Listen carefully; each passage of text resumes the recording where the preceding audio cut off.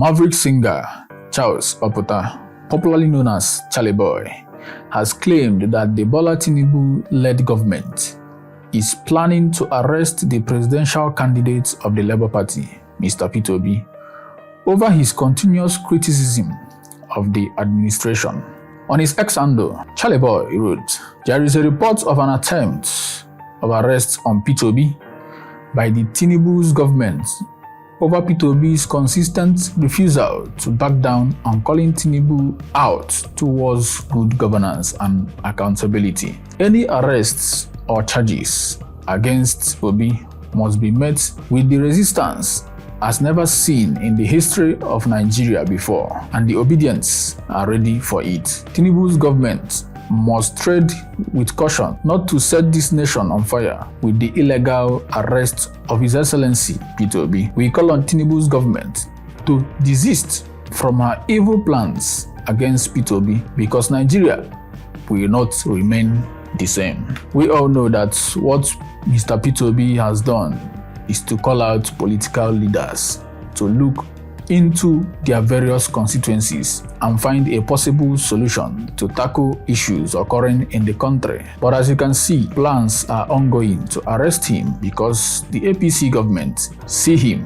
as a big threat. Now, in line with the 15 trillion Lagos-Calabar coastal road, David Hundeyin, in a tweet he posted on his X handle, has revealed a huge scam behind the coastal road project. And he says, a road project was awarded for a fanciful figure plucked out of the sky. From awarding to actually destroying property along the proposed right-of-way took literally a few weeks. This must have been the quickest contract to mobilization turnaround in Nigerian road construction history.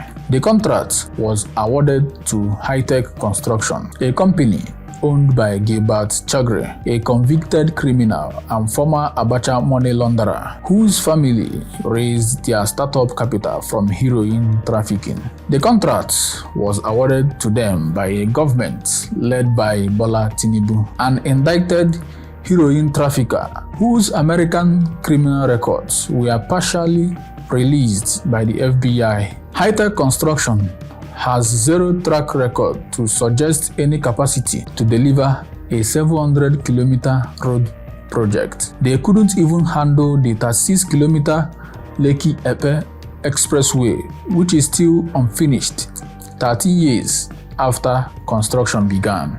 The Nigerian government doesn't actually have 15 trillion lying around anywhere.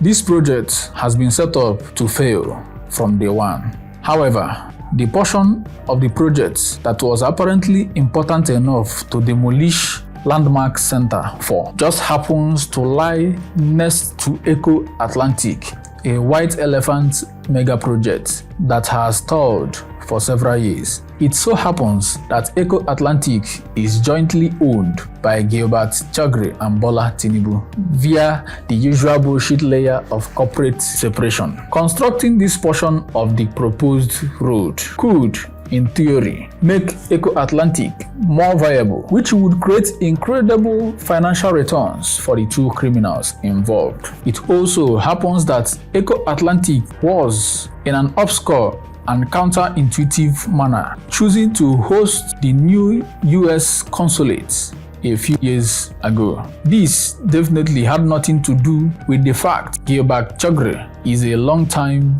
donor to the Clinton Foundation and the Democratic Party. The existence of this financial relationship was so strong that Bill Clinton even showed up in person for a construction landmark event in Eco Atlantic. Definitely did not mean that his wife, former Secretary of State Hillary Clinton, influenced the State Department's decision to financially favor one of their donors. That certainly did not happen. In a sarcastic expression, David Hundeyin said that we can also be sure that whatever grossly inflated contract mobilization sum that Bola Tinubu pays to Gilbert will definitely be used entirely to pay for road construction and not for another purpose, such as making a sizable political donation to the Democratic Party in this election year, after the State Department intervened to prevent the full and unredacted release of Bola Tinubu's 2,500-page of FBI criminal files just a few months ago. We are definitely not witnessing a transaction put together by a massive transnational state corruption enterprise that existed at the junction of local and international politics, foreign intelligence, and organized crime. That is definitely not what we are witnessing in real time. And anyone who makes such a suggestion is a conspiracy theorist who is liable to tragically commit suicide by shooting himself in the head 3 times. Some people have made comments on this particular coastal road project scam going on in the country. There are tweet comments from Reja Duke, and he says, "Why not start the road from Calabar? Well, the thieves never planned to reach Calabar." And another tweet user by name Okoro Franklin says, "Crime in Nigeria, especially in this drug lord era, is synonymous to competence. Nobody literally questions anything anymore or the kind of persons involved. The state capture is all over. But one thing I love about you is that this post will definitely serve as an evidence someday, and importantly, set the record straight for posterity." Now, we all need to wake up because a national heist is going on now in the country. And all we need to do is to remain focused and keep believing that a new Nigeria is possible. What made you leave Nigeria? What was the threat that made you leave Nigeria? So again, this is documented very, very extensively in the book, yes. In chapter 1 of the book, actually. Yeah. However, so I'll just summarize it. A TDLR. There's a long story and there's a short story. Mm-hmm. The context there was starting from 2019 when I set off and became this thing. I had already started getting threats already, and from very close to home as well. Right. So one of those family members whom I mentioned in the book I remember I think it was August 2019, it was the Salah celebration. And there used to be this family tradition that everyone would travel home to Badagry to celebrate together whenever there's a major celebration. So I had not spoken to this man since my dad died. I hadn't seen him in years. And this man came with his full official escort with the pilot riders and everything, like 20 cars or something. And he came to look for me specifically. And he said it with a smile on his face, but then he was touching my glasses and he said, "Have you seen the DSS headquarters in Abuja? Now, do you know that it has 7 underground stories of prisons? That with these your glasses, you're not going to see anything inside there." And he said it with a sort of smile on his face, but it was a threat. And this is someone who is my uncle, same surname, right? That's just one. There were several such incidents like that. And by the time October 2020 came around, when the events of October 2020 happened, I already knew at that point that at this point, now that they've gone to the extent of shooting unarmed protesters dead in the streets, all possibilities are now open. So if they were ever holding back before, they're not going to hold back now. Right. So I already knew at that point I need to start preparing to leave at some point. Yeah. Which, by the way, a lot of people in the media and CSO space, they also saw the same picture and they also started leaving around that time. Right. Some of them are mentioned in the book. However, the immediate trigger at that point was I then got information from BHM. Funny story, because they are MTN is their like one of their biggest clients. Yeah. And at the time, there was a rumor going around that MTN was responsible for the internet shutdown that happened that night. That the reason people couldn't access the internet was because the mobile network operators were collaborating with the government. And MTN felt like this is reputational damage. So they actually briefed BHM that, please help us. So like the young people are going to cancel MTN. We don't want that to happen. So being a friend of the house, obviously, because I used to work at BHM, so the account executive who was handling that, she then called me and we had a conversation, and she sent through a trove of documents which had come from MTN. And hidden somewhere in this trove of documents was a statement from Alton, which is the umbrella body for mobile network operators in Nigeria. This statement was never released publicly, but it was something that they had drafted. Right.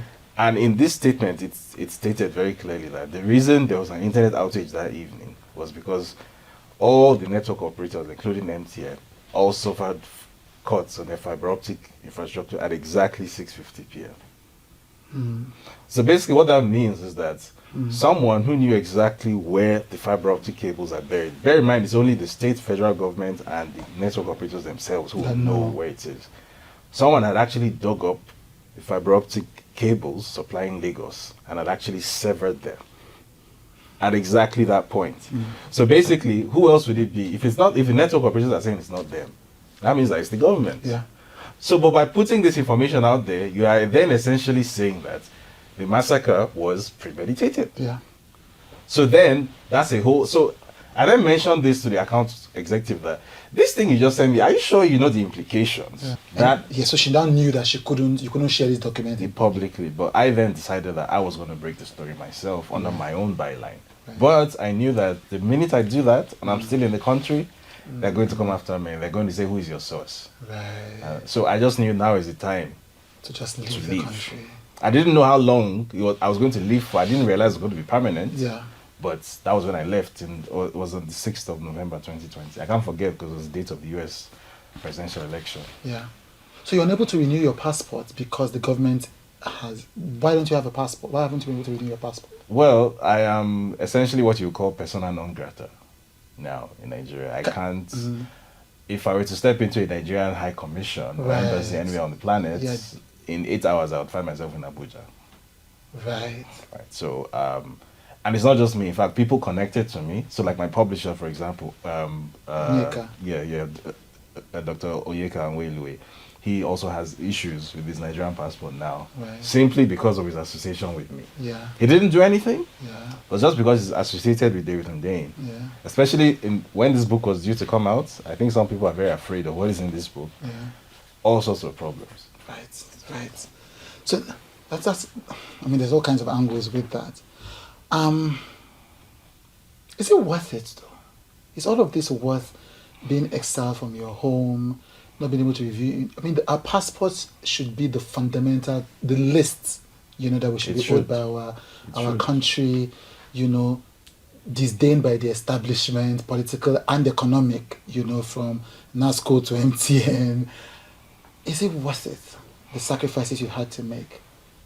Having two governments, Ghana says, the Ghanaian government said no, the Nigerian government, because Ghana doesn't want to get into trouble. Exactly. The Nigerian government did not say we should kidnap you or anything, so all of that. So even in Ghana, your country chases you seemingly to Ghana. Is it worth it? Well, in terms of did I accomplish what I set out to accomplish? I did. So in that sense, it definitely was worth it. I needed to prove something to myself and to the world. I think I did that. In terms of the personal sacrifice, was it worth it?